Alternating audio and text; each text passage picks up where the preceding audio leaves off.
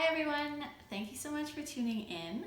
My name is Caitlin, I'm the Flutey Feminist, and if it's your first time watching this video, each week I ask my Instagram followers which topic they want me to cover, and so this week I'm covering playing related injuries in the classical music world. If you have watched some of my videos before, you might notice that I'm more up close and personal than before. I felt like my videos were becoming a bit too scripted.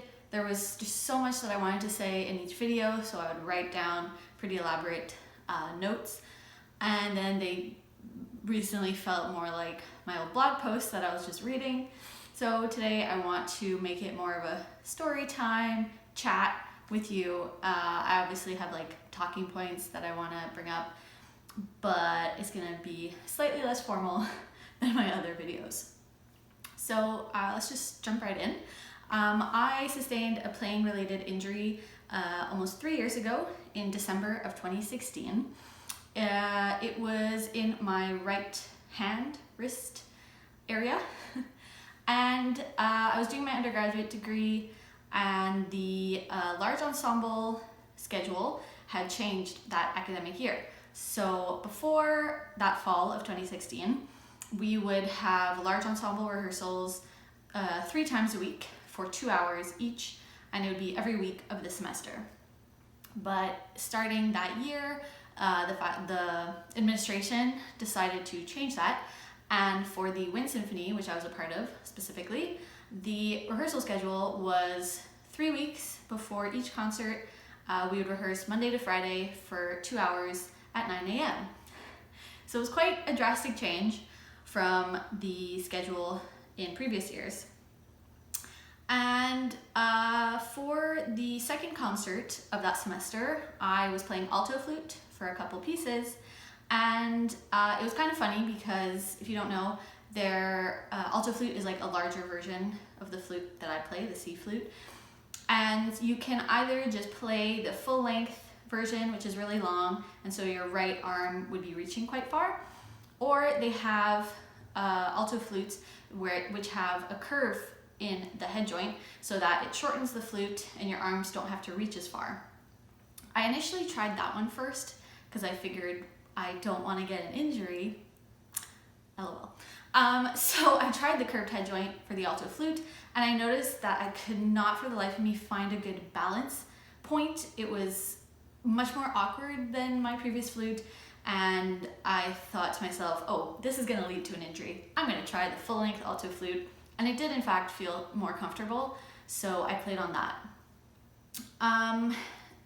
It's also important to note that before this whole injury journey, I never really took breaks when I practiced. I would just kind of practice more or less aimlessly, and I wasn't really aware of what my body was doing when I would play the flute. So I think that also contributed to the injury that I had. I noticed in November 2016 that my right thumb started to feel weird. I noticed when I had a youth orchestra concert, we played Bruckner 8, which is a really long and heavy piece. And during the concert, I started to feel, I guess maybe a tingling or something in my right thumb that just felt off. It wasn't quite pain yet, it just felt weird. It did end up turning into pain. By the time my Wind Symphony at school, when we had our concert, I was playing alto flute in it for several pieces, and during the concert, it did turn into more of an uncomfortable type of pain and strange feeling. And by the end of the semester, it was just full-fledged pain. It really hurt to play, so we had large ensemble auditions in, I guess, mid-December, and I went to the audition and I spoke to the proctor and I just asked if I could play first without picking a number because I didn't want to have to stay warmed up and keep playing. I just wanted to play the audition and go home and take an Advil or something, and thankfully they let me do that, so I just played the audition, barely even like thought about anything except finishing this 10-minute repertoire and leaving because I was in so much pain. So I decided to consult my GP, my doctor, and after explaining my symptoms, she said that I had tendinitis. Tendinitis is not fun. It's an, I guess, inflammation of the tendons, from what I could tell from the name. And in the classical music world, for instrumentalists, it can be akin to some sort of death sentence for your career, I guess. It felt like that at the time. I had heard of people who had tendinitis and, you know, despite going to physio and this and that, they kept having to take time off school and time off playing frequently, and it just really, really disrupted their life and their playing abilities. So when my GP told me that she thought I had tendinitis, I was like, oh, this is a big deal. She suggested that I do some physiotherapy, so I found a physiotherapist who I love and I still sometimes see to this day. And thankfully, when I went to see her, she, after explaining my symptoms and kind of feeling my hand and this and that, she was like, no, I don't think you have tendinitis. I think it's just a overuse thing, like a muscle overuse injury. And I was like, oh my God, thank you. I went to see her actually, I think on my birthday that December. And so I was just like, oh my God, oh God, this is great news. So she gave me all sorts of exercises to do, and of course she told me to stop playing the flute for at least 3 weeks, which I did. I bought some weights, I did exercises every single day during my time off of playing. And I kind of discovered that a lot of people at my school that year sustained overuse injuries. I think in large part due to this new intensive rehearsal schedule. So I heard that a lot of string players, had to stop playing, they had injuries, and it seemed to be like a mini epidemic, if you can call it that, in the school. Thankfully, my private teacher was really supportive. He completely understood. He said, yep, do whatever you need to do, it's fine. And I guess I was lucky that I had to end up taking time off by the time it was already the end of the semester. So I had a few weeks where, I didn't have a jury or a recital or anything, so I'd already done my large ensemble performance. I did have to cancel my chamber group performance. That was really unfortunate. But otherwise, it came at a relatively good time. Not that there's ever a great time for a muscle overuse injury. But also what was funny is that despite being in a lot of pain during my large ensemble audition for the following semester, I did get into the contemporary music ensemble, which felt like a pretty nice achievement. I was really happy about that. And later on, that next semester with the contemporary music ensemble, I was supposed to play a piece on alto flute, and I was like, can I not do that, please? And thankfully, I had to ask the flute faculty, and they were like, yeah, totally fine, all good, we'll switch parts for you for that piece. And it was great, so I'm really, really grateful for that. I didn't really encounter any barriers. I did have to take time off of my part-time job where it was in an office and I would 99% of the time be on the computer. So wasn't so great for my wrist and my hand. And I was able actually to get a loan from the university to kind of make up for the time that I was losing from taking time off work. Nowadays, I can tell that my wrist will never be the same since this injury. I already kind of don't really remember what it was like from before.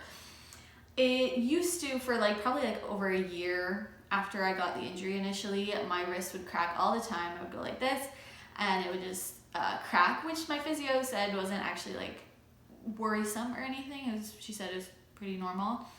Nowadays it doesn't really crack much unless I could feel it my hand or arm getting stiff. Then when I go like this, it'll just crack immediately. But I think that's pretty normal. And I can definitely feel when I've used my hand too much. So just this January even, I had to go back to physio for about a month because I started to feel pain again, mostly in my thumb, not so much my wrist. But I kept doing exercises again. So when I had to take time off initially at the time of my injury, I took 3 weeks off, and I learned to, over time, limit the amount of time that I practice.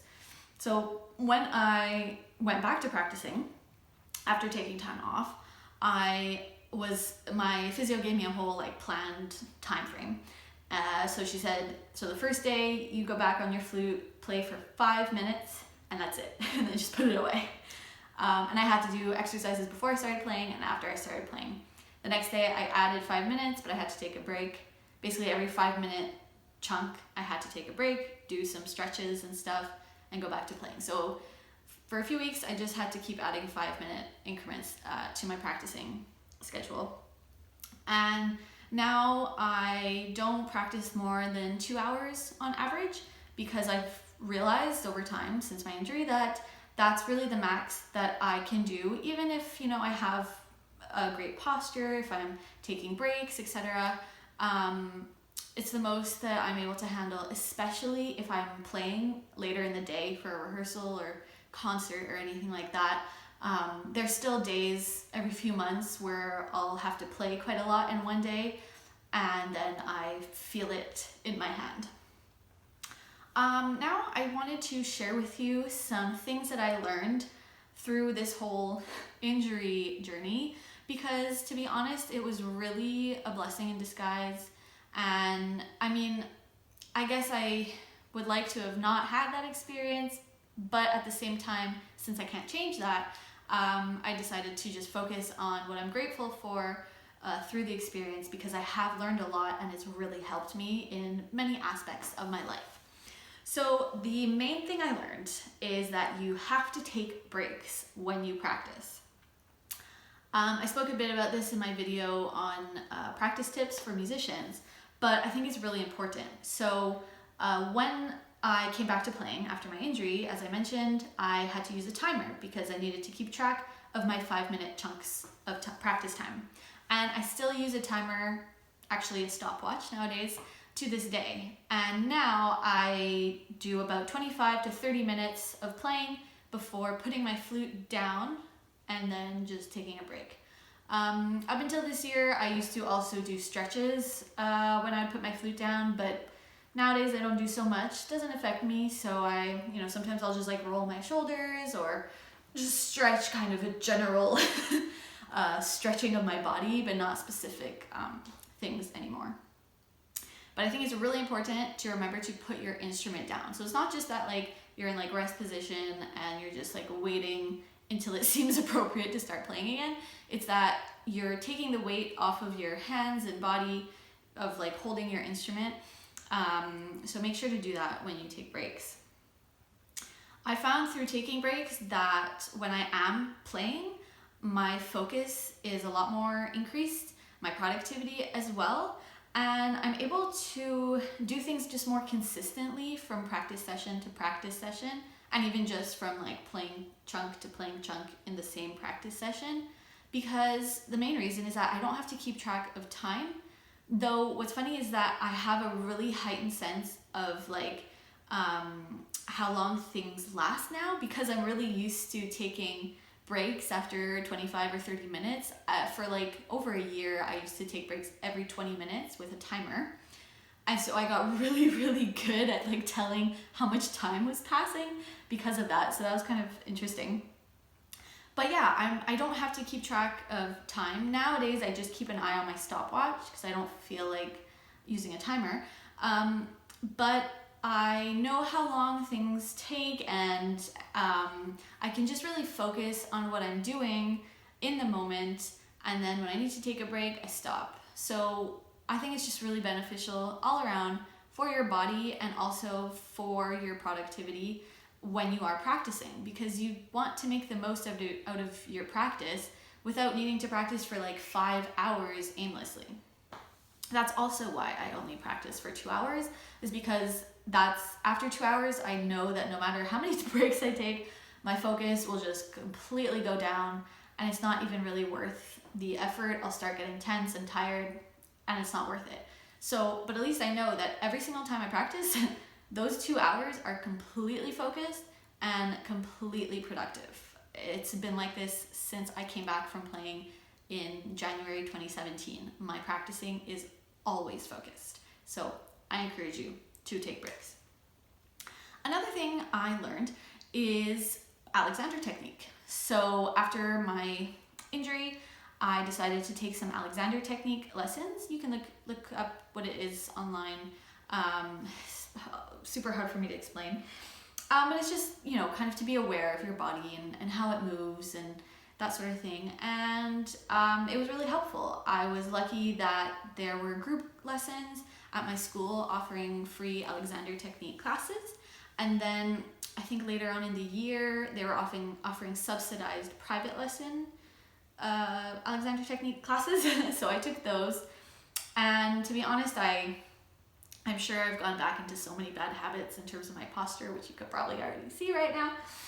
But I still remind myself every so often of, you know, how to kind of get up in a more helpful way and a less tense way, and how to use my body to the best of its ability, especially when I practice. So that was really helpful. If you have the chance or the opportunity to learn a bit about Alexander technique and to implement it in your life, I would highly recommend it. And another thing I learned from this injury is to not play through pain. What's hard about university, especially if you're in more of like an Ivy League high level school, is that we have so much going on as music students. We have so much repertoire to learn for our private lessons. We have large ensembles, we have chamber groups, we have maybe competitions, we have ensemble auditions, or even professional orchestra auditions. We have summer program auditions in January. And so there's just always so much to be practicing. And I feel like a lot of universities still aren't equipped to be compassionate to people who need to take time off because of any kind of playing related injury. Nevertheless, I encourage you to listen to your body and to recognize when you're experiencing pain and to not ignore it. I've heard from a friend of mine that they consistently were ignoring their pain and their injuries, and it really has long-term and lifelong effects that are usually very negative. So I was happy that I addressed my situation right away, especially because I thought I had tendonitis initially, which I knew was like a huge deal.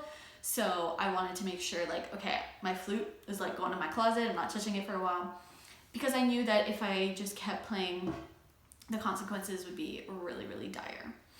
So continuing on the lessons I learned, mental practice is a huge skill and tool that we need to use more as musicians. During my injury, it was December, and I was planning on doing summer program auditions in January. Thankfully, I had already basically finished learning the material I needed for the auditions that I was choosing to do, but at the same time, I had to take 3 weeks off and then another like 3 to get back to like even maybe an hour of playing every day. So I knew I had to somehow stay in shape, both in terms of the music and my body, since I'm a wind player. So I did a lot of score studying, not only just like, for example, I was learning the De Vienne Flute Concerto number 7, I believe, in E minor. So I would study the piano score, I would write things in my part, cues, or like holistic, you know, if there were a lot of notes, I would put, okay, A major is what this is, that sort of thing, which I still enjoy doing, and I think it's very useful. I would listen to recordings of the piece, and one thing that I'm really happy I did as well is that I would listen to a recording and I would stand up and as if I was playing, and I would just blow air going along with what I would do if I was playing the flute. So I would just be there going like along with the music.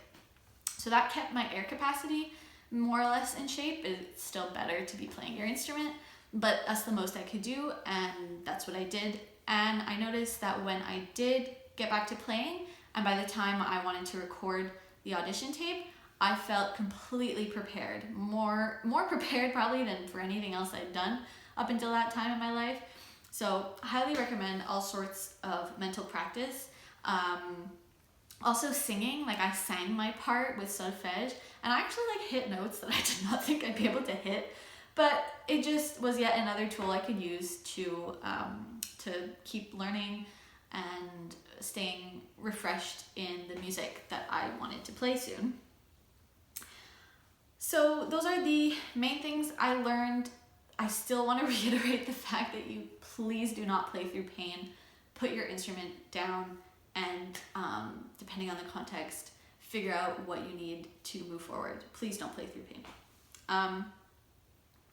Another thing that I wanted to mention that a friend of mine talked to me about was that it is true that because I'm suggesting that you don't play through pain, playing related injuries can really derail your semester or even your job if you're in a professional orchestra or if you're a freelance musician or teacher. Not all teachers are supportive or understanding. Not all administrations want to accommodate you in terms of pushing back an exam or taking a semester off, that sort of thing. So that really sucks. I wish it wasn't that way. My school had its pros and cons in this whole thing. I was lucky for my situation, but I'm sure a lot of, especially string players, probably didn't have such supportive people behind them because they have so much music that they're always playing and learning. And I've heard that it's hard for them to actually take time off of playing stuff. But it's really important to advocate for yourself.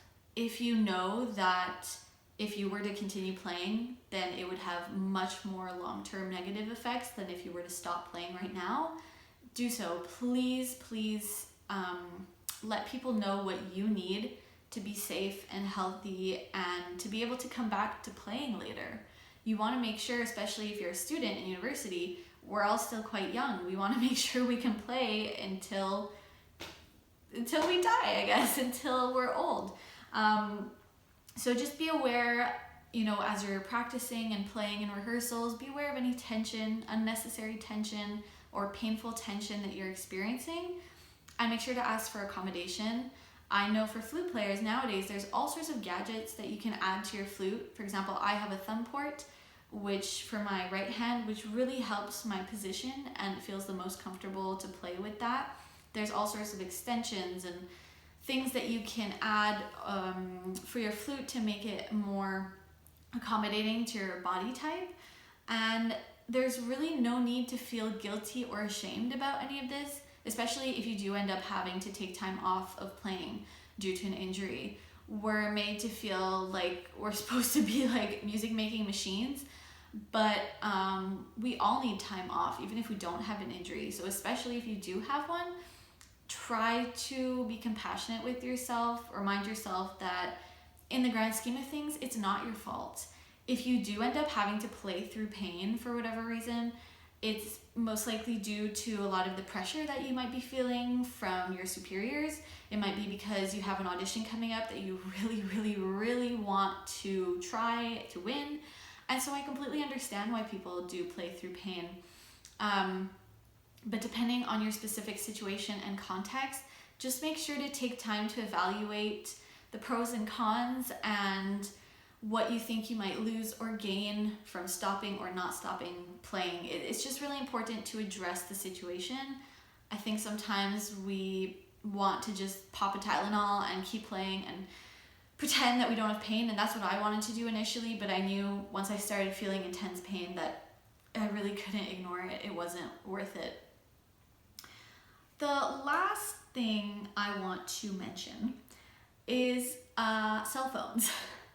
I use my cell phone too much, and I noticed that most of the time when I start feeling pain again in my wrist or thumb is when I've been scrolling way too much with my hand. I am right-handed and I sometimes will scroll with my thumb, and I cannot do that anymore, at least not as much as I was doing it before my injury. It's directly linked to pain in my hand. So I'm not here to be like, don't use your phone, like phones are bad, like phones aren't bad. Just be aware of how physically you're using your phone, like which fingers and what you're doing with your wrists when you're on your phone. So I try to remind myself, it's hard, but I try to remind myself to, like, for example, hold my phone in, let's use this as a phone. Hold my phone in one hand and maybe scroll like this. So I try to remain ergonomic with my social media scrolling. And I do use my phone in my practice sessions, but just because I have a metronome app. So, but when I practice, I put my phone on silent and do not disturb. And that again increases my productivity and ensures that I'm not just taking a break every 5 seconds to type away. Texting is another thing. There have been times every few months I'll get into like a really intense texting moment and direct pain from that. If I'm texting too fast, too intensely, I'll get tense and pain.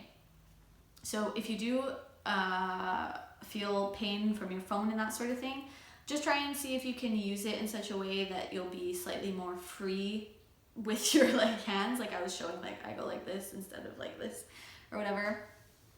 And lastly, depending again on your situation, what I do nowadays, not that since I'm not in like a full-blown injury moment, if I do feel pain, I systematically decide to not play the next day. Right now I don't have too much going on playing wise. I'm not in school, so mostly I just practice alone in my apartment. And if I feel like I've had a day where my arm is just not feeling great, I will cancel all playing plans for the next day without shame and without guilt, because I know that whenever I rest for a few days, I come back to playing, first of all, refreshed. I always sound better, trust me. And also it allowed my hand time to just recover. So please just consider all of this. And I hope it helps you in some way. Thank you so much for watching this video. Please share with me if you would like your experiences with playing related injuries in the comments below, or you can ask me questions if you want me to clarify things or add details to my story. I would love to do so. You can follow me on social media. The links are always going to be in the description box below. Please like and share this video. You never know if there are musician friends out there who might need to hear one or two of the things that I talked about in this video. And yeah, I hope it was informative. You can click here to subscribe to my channel or use the subscribe button below. Right over here is my flute playing performance channel. And up here is my latest video. Thank you so much for watching and have a flutey feminist day. Bye!